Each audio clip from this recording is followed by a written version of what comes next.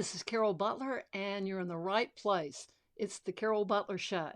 And today I'm going to do three things. I'm going to show you the quickest way to write a comedic short, like 10-minute play.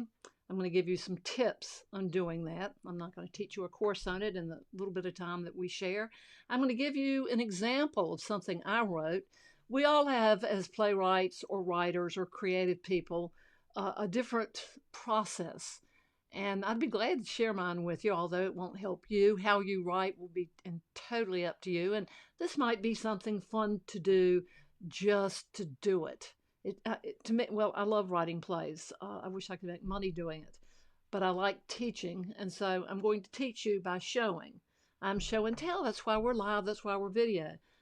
And I'm also going to share 10 of what I think are the most inspirational movies that you could be watching alone or with your family, and why.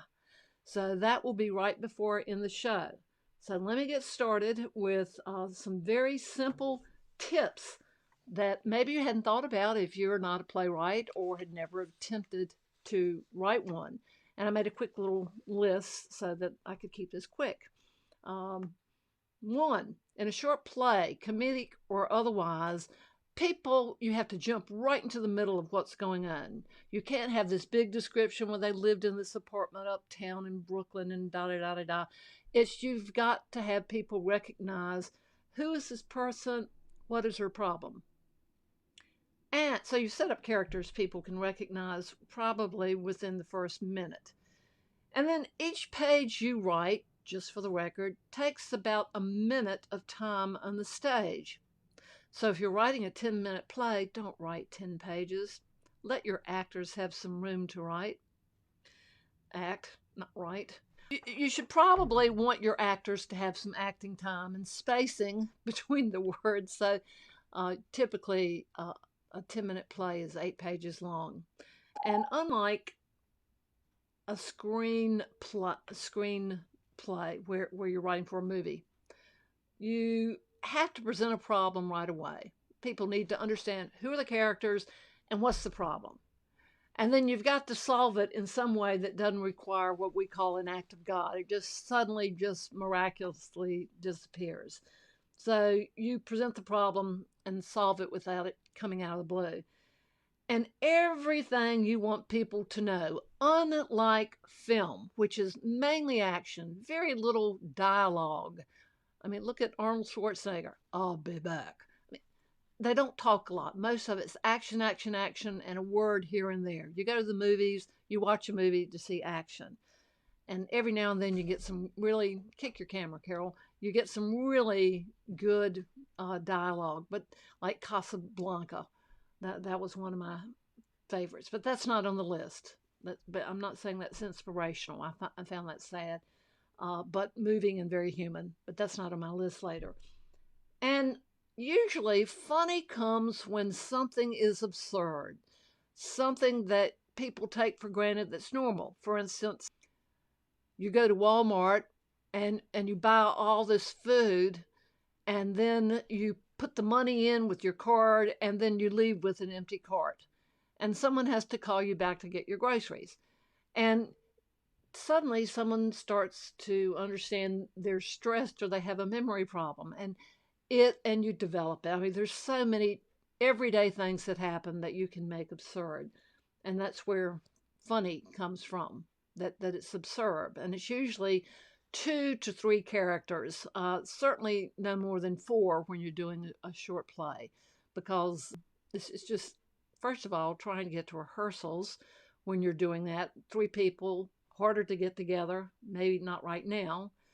Maybe you could be on Zoom rehearsing, but it's actually heightened absurdity.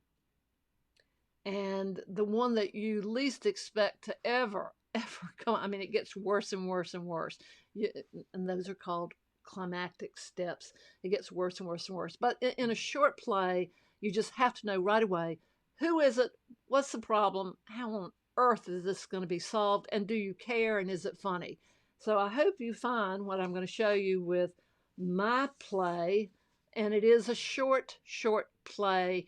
I am not an actor. I used to be, but I found I'm a writer, so I'm not the best person to be doing Chatty Cathy. But I put it into a short movie.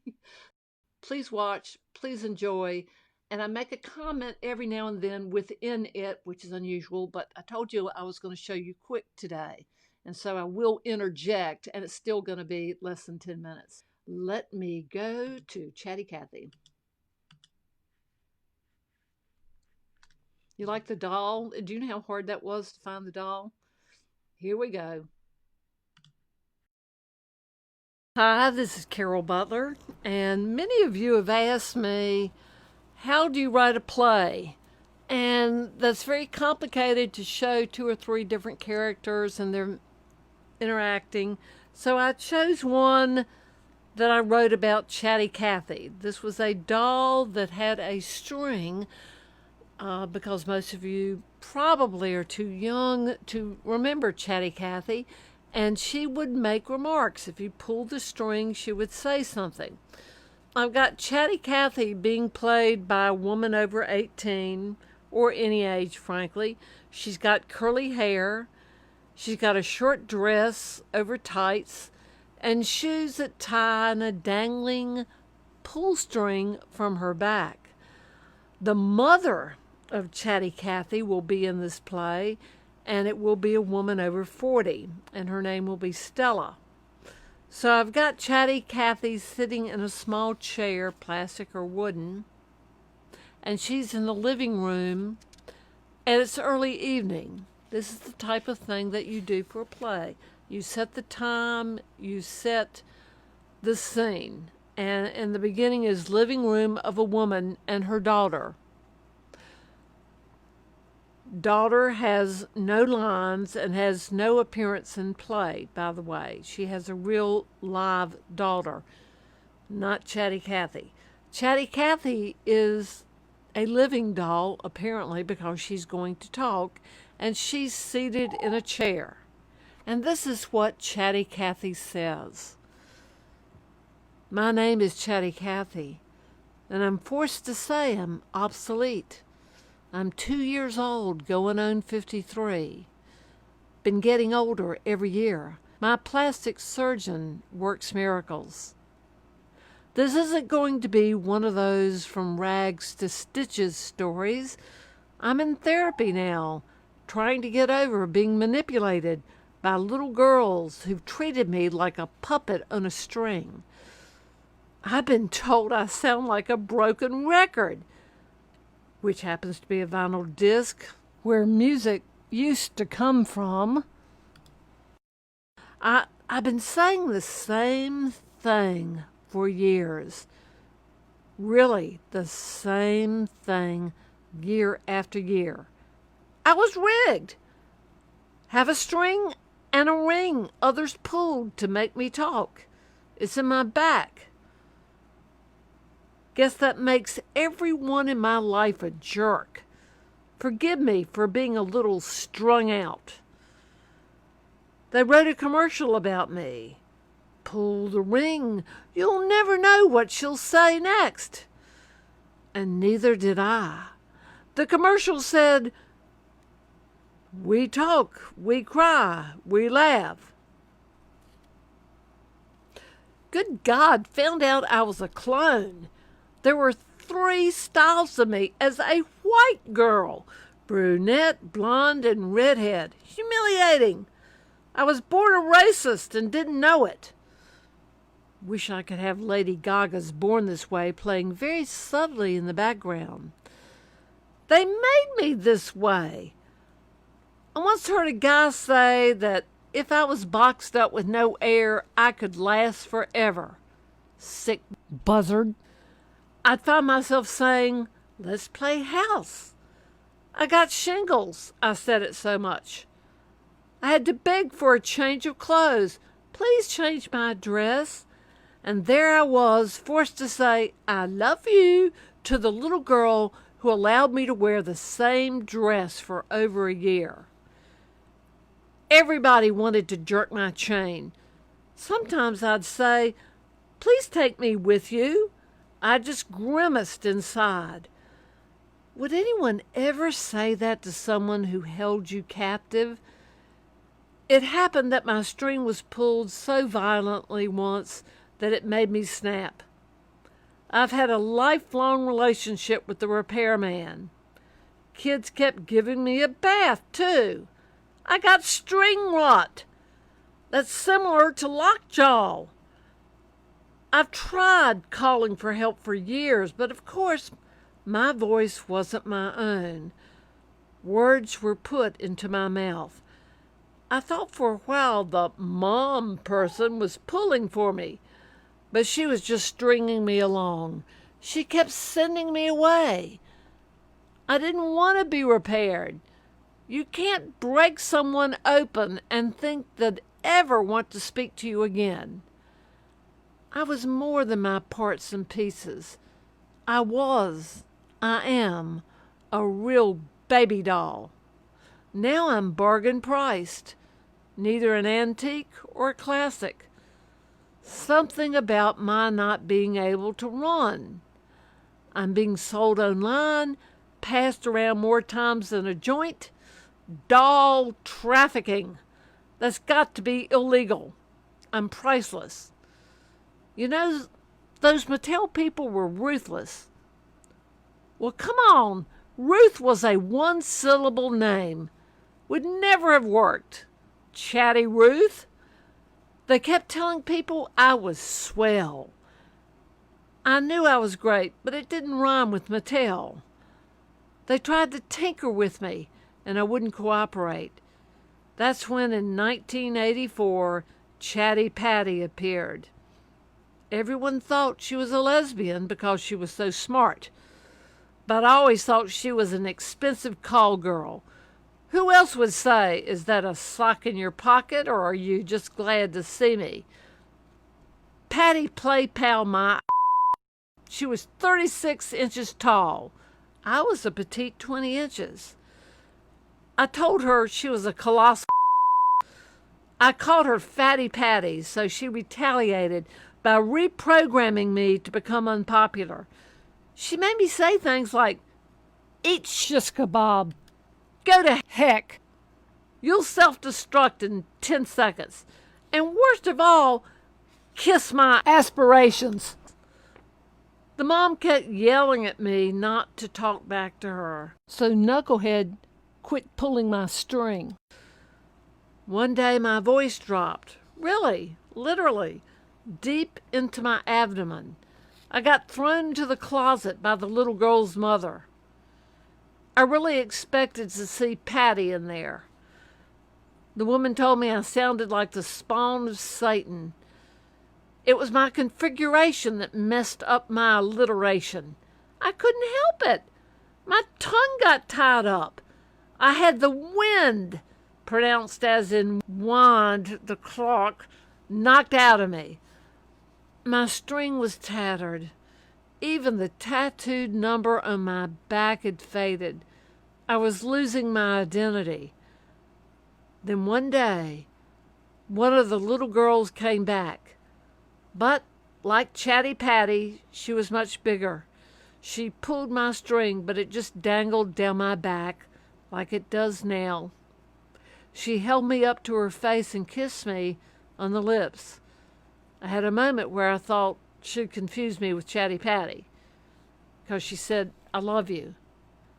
I didn't know what to say. Of course, I never did, and I couldn't if I tried. I got a new set of clothes.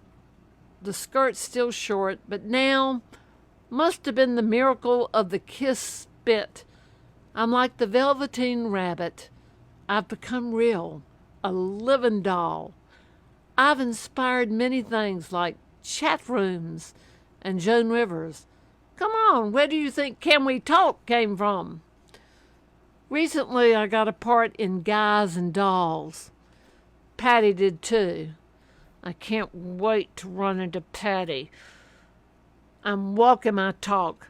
When I find her, I'm breaking both her legs. You see, I'm in theater now. I'll just tell everybody she told me to break a leg. And I go that extra mile, you see. You can call me Sassy Lassie. And this is where woman's voice is heard off stage, and you write that into the play. Woman, quit pulling her string, you'll break it. Honey, go play with Patty. I'll see you later. And then you give a little description about what is happening at this point. A woman tiptoes up to Chatty Cathy and looks around to make sure her daughter won't hear her. She lowers her voice and loudly whispers to Chatty Cathy, "Don't you dare break Chatty Patty's legs. The return postage, God, it's astronomical. You and I are going to have another little chat tonight after my daughter's asleep. Want to hear more about how that woman in Nebraska got her daughter to eat peas?" And then you write more description. The woman leans over and kisses Chatty Cathy on the head. As the lights go black, we hear Chatty Cathy say, "I love you." That is how you write a 1-2 person play. You have a premise, you have a problem, and strangely enough, you're funny. And it works. Yes, I had to bleep. It's so much funnier on stage. Certainly, I didn't use the word knucklehead, and certainly I didn't use the word that I can't say now. I used the word aspirations. So I did bleep myself out on this. It makes it a lot funnier with an adult audience. But because I'm on Facebook and I'm PG, and on any Facebook or YouTube, I watch my language. And in theater, you've got some leeway. So let me go on to, I hope you enjoyed that. I hope you take something away from it. I hope you attempt to write it. And then here's my process, because I was once asked by a very good friend, how do you come up with your play ideas? And I've had 24 actually produced over the last 20 years while held in captivity. And I always I can talk about donut holes if I had to. And as a matter of fact, in high school, in my speech class, you had to reach into a jar as your exam and pull out a piece of paper and speak for 2 minutes about whatever the subject matter was. And it was donut holes. Now, at the time, I really didn't eat donuts. I never ate a lot of sweets. I know I don't look like I didn't eat a lot of sweets, but I didn't. I liked ice cream. I haven't had ice cream in probably 30 years. I just don't eat it. Um, but anyway, I drew donut holes, and I didn't think of them being a solid thing that people actually buy at the donut place. The holes, the thing that they knock out. My thought when I drew that, and I just kind of, to yourself, you roll your eyes, but you have to look confident, and that's going to be part of my course that's coming up, and I'm still asking you, telling you, I'm not asking, please email what you want to have in it, but my course, Be Confident for Life, is coming out at the end of June. And right now, the next time you see me will be YouTube, and I've found out YouTube will not notify you. I don't have a little bell that you push. So I will make the announcement here, where I know that if you subscribe to this page, you'll find out when I'm on YouTube, where I'll be giving you, so you need to know this, I'll be giving you live streaming, a very short live streaming checklist, and some other things like the outline of Be Confident for Life. It's your opportunity to say, I wish it was going to cover this. Email me, message me. It's private. If you want to message me, message me. If you see anything missing when you see me next, because you will see me next on YouTube. So let me cut right ahead.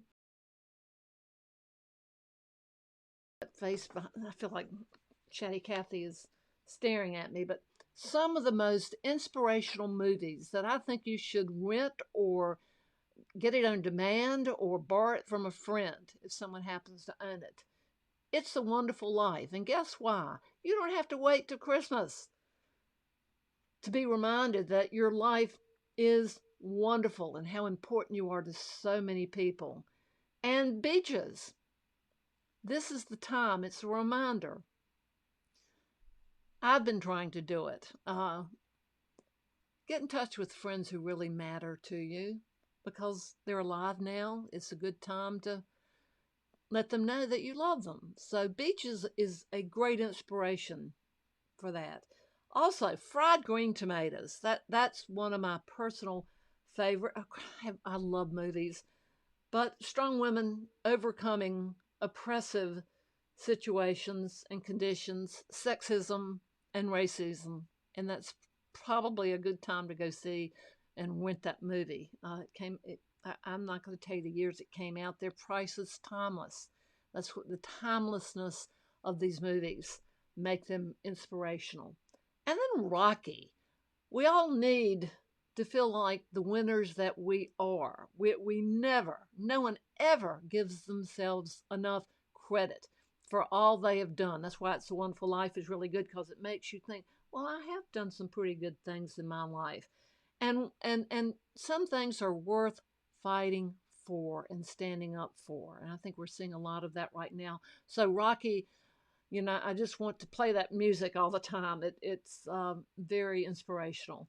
And then Titanic. I know that's a strange one to say it's inspirational, but since when did love ever become out of date? And also, when did your class, whatever class, which is a contrived state of mind, a social prejudice to be in a certain class, ever have anything to do with whether you love somebody or not? And then, of course, Contact. I love that, Jodie Foster. There's hope that there are others out there, that we aren't the only aliens. And we are. We're aliens to somebody. And I've always been one, and I don't know where I've come from, but I don't really identify a lot with being human, not with the behavior I've seen lately, particularly. So I like to be inspired by the good stuff. And E.T. the Extraterrestrial, that to me is one of my, I have to say, personal favorites, because the child in us all comes out to understand that we're not that different after all. And I said last time, there's only 0.01% genetically between all human beings. Everything else is just a package. White, black, purple, spotted. Um, we only have 0.01 difference between us. And E.T. just reminds us of that. And love is love is love. And then, of course, how could I not mention The Lion King? All the wonderful animations that have come out. The Lion King started it. And they've even done another one and made it bigger and better. And I haven't seen that one. And that's on my, not, I don't have a bucket list. Um, I, I guess after I kick it, I might have one, but I don't have one. The Lion King was one of my favorites because it says, don't let your family run your life and don't let them ruin it. Stand up for yourself, believe and achieve. You have to see it. You have to see it in your heart and believe in yourself. And believing in yourself is everything.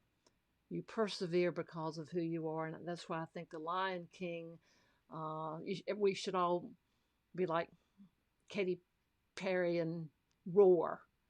That's a great movie to see. And Black Panther. That has got to be probably one of the most exciting superhero movie I've ever seen, besides Wonder Woman. And gosh, they said that one, by the way, Wonder Woman, they said it's out on Redbox. It might be on demand, but the red boxes I'm seeing, I guess most of them are closed. Have fun returning that movie. I know where two are open, and I went to get the new Wonder Woman 1984, and it wasn't there. And I don't know why, but it has been released, so start looking for it. But the Black Panther, it's not it's just called Black Panther. Let me be correct about that. It's different to me. Perceptions of courage. in many different forms. It actually allows men and women to be equal, actually. And courage and power teach us in that movie. Not that we look for lessons in a movie, it just happens to be a byproduct. Um, that success relies more in community, more on our collective action than an individual's power. And that's why we're going to make a big difference right now in what the public is doing. Just wear a mask, wash those hands. And I'll end with Dreamgirls. That's just the kind of movie you tell other people to see. So I hope you've enjoyed my show. Please like the page. I'm here every Tuesday. I'll be sharing very different information. Thank you for watching. I'll be on YouTube next, and I'll let you know when right here until I figure out how to get the bell on YouTube. So be safe, be careful, and stand up for yourself. We are having a revolution that's very good right now. Thank you. Thank you for watching.